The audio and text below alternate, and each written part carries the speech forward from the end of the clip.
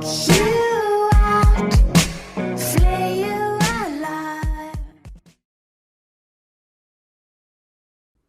Hey guys, Dirty Blood 7 here, and welcome to 7 Scary Stories Sunday. Number 1, This New Old House by Bat Outta Hell 821. We bought an old house, my boyfriend and I. He's in charge of the new construction, converting the kitchen into the master bedroom, for instance, while I'm on wallpaper removal duty. The previous owner papered every wall and ceiling. Removing it is brutal, but oddly satisfying. The best feeling is getting a long peel, similar to your skin when you're peeling from a sunburn. I don't know about you, but I kind of make a game of peeling, on the hunt for the longest piece before it rips. Under a corner section of paper in every room is a person's name and date. Curiosity got the best of me one night when I googled one of the names and discovered the person was actually a missing person.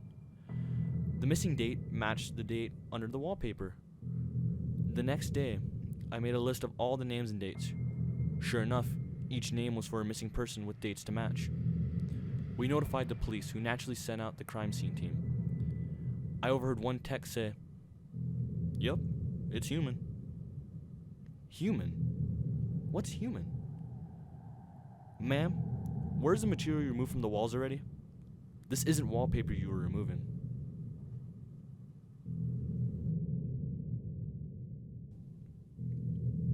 Number 2, I Hate It When My Brother Charlie Has to Go Away by Horror in Pure Form. I hate it when my brother Charlie has to go away. My parents constantly tried to explain to me how sick he is, that I'm lucky for having a brain where all the chemicals flow properly to their destinations like undammed rivers. When I complain about how bored I am without a little brother to play with, they try to make me feel bad by pointing out that his boredom likely far surpasses mine, considering he's confined to a dark room in an institution. I always beg for them to give him one last chance. Of course, they did at first. Charlie has been back home several times, each shorter in duration than the last. Every time without fail, it all starts again.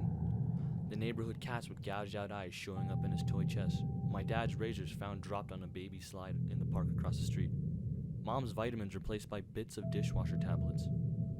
My parents are hesitant now, using last chances sparingly. They say his disorder makes him charming, makes it easy for him to fake normalcy, and to trick the doctors who care for him into thinking he's ready for rehabilitation. That I would just have to put up with boredom if it means to stay safe from him. I hate it when Charlie has to go away. It makes me have to pretend to be good until he's back.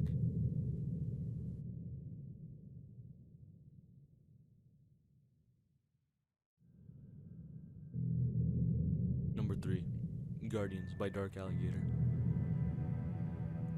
He awoke to the huge insect-like creatures looming over his bed and screamed his lungs out. They hastily left the room, and he stayed up all night, shaking and wondering if it had been a dream. The next morning, there was a tap on the door.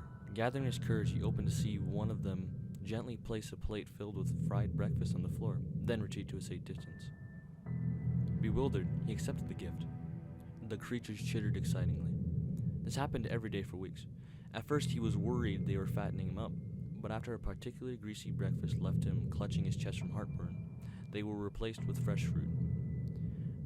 As well as cooking, they poured hot steamy baths for him and even tucked him in when he went to bed. It was bizarre. One night, he awoke to gunshots and screaming. He raced downstairs to find a decapitated burglar being devoured by the insects. He was sickened, but disposed of the remains as best as he could. He knew they had just been protecting him. One morning, the creatures wouldn't leave his room. He lay down, confused but trusting, as they ushered him back to bed. Hours later, a burning pain spread throughout his body. It felt like his stomach was filled with razor wire. The insects chittered as he spasmed and moaned. It was only when he felt a terrible squirming feeling beneath his skin that he realized the insects hadn't been protecting him. They had been protecting their young.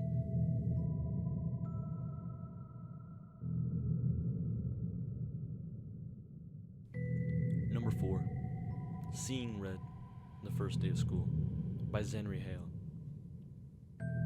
Everyone loves the first day of school, right? New year, new classes, new friends. It's a day full of potential and hope before all the dreary depressions of reality show up to ruin all the fun. I like the first day of school for a different reason, though. You see, I have a sort of power. When I look at people, I can sense a sort of aura around them. A colored outline based on how long that person has to live. Most everyone I meet around my age is surrounded by a solid green hue, which means they have plenty of time left. A fair amount of them have a yellow-orangish tinge to their auras, which tends to mean a car crash or some other tragedy.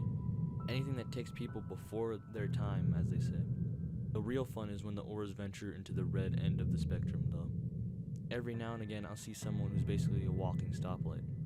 Those are the ones who get murdered or kill themselves. It's such a rush to see them and know their time is numbered.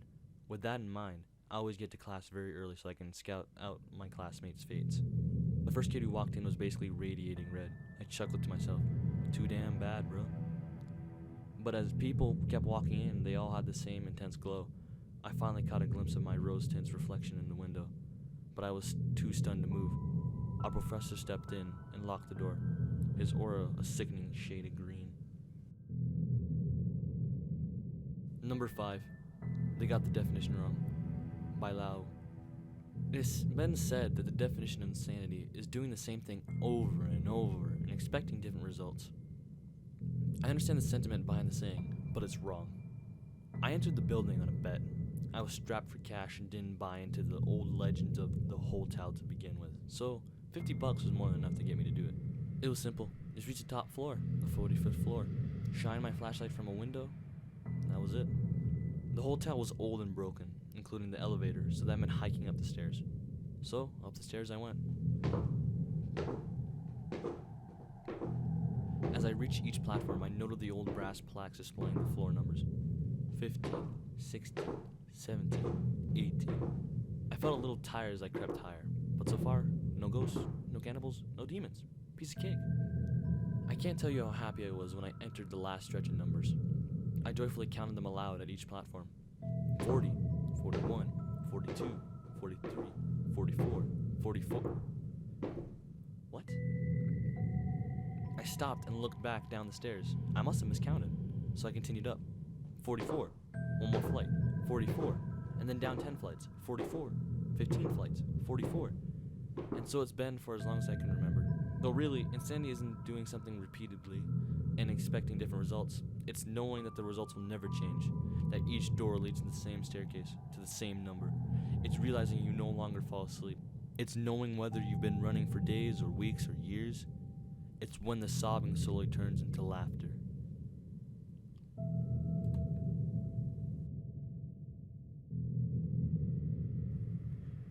Number 6. Timekeeper by Gridster 2. It was an ordinary gray plastic wristwatch, in every respect except for the fact that it was counting down. That is all of the time you'll have left in the world's sun. Use it wisely. And indeed, he did. As the watch ticked away, the boy, now man, lived life to the fullest. He climbed mountains and swam oceans.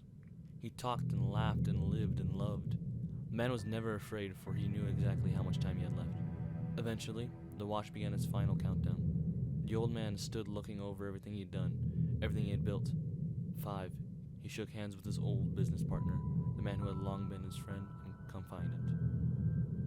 4. His dog came and licked his hand, earning a pat on the head for its companionship. 3. He hugged his son, knowing that he had been a good father.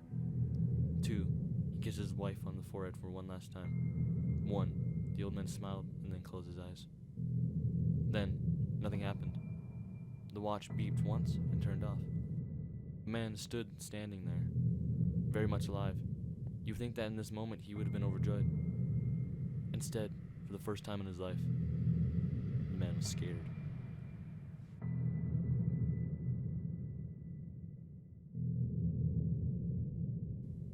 Number 7. There's no reason to be afraid, by whoever fights monster. When my sister Betsy and I were kids, our family lived for a while in a charming old farmhouse.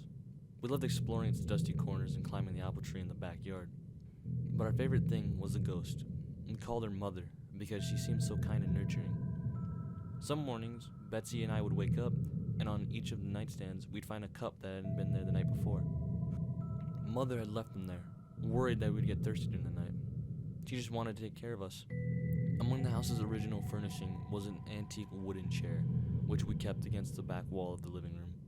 Whenever we were preoccupied watching TV or playing a game, Mother would inch that chair forward across the room toward us. Sometimes she managed to move it all the way to the center of the room. We always felt sad putting it back against the wall. Mother just wanted to be near us. Years later, long after we moved out, I found an old newspaper article about the farmhouse's original occupant, a widow.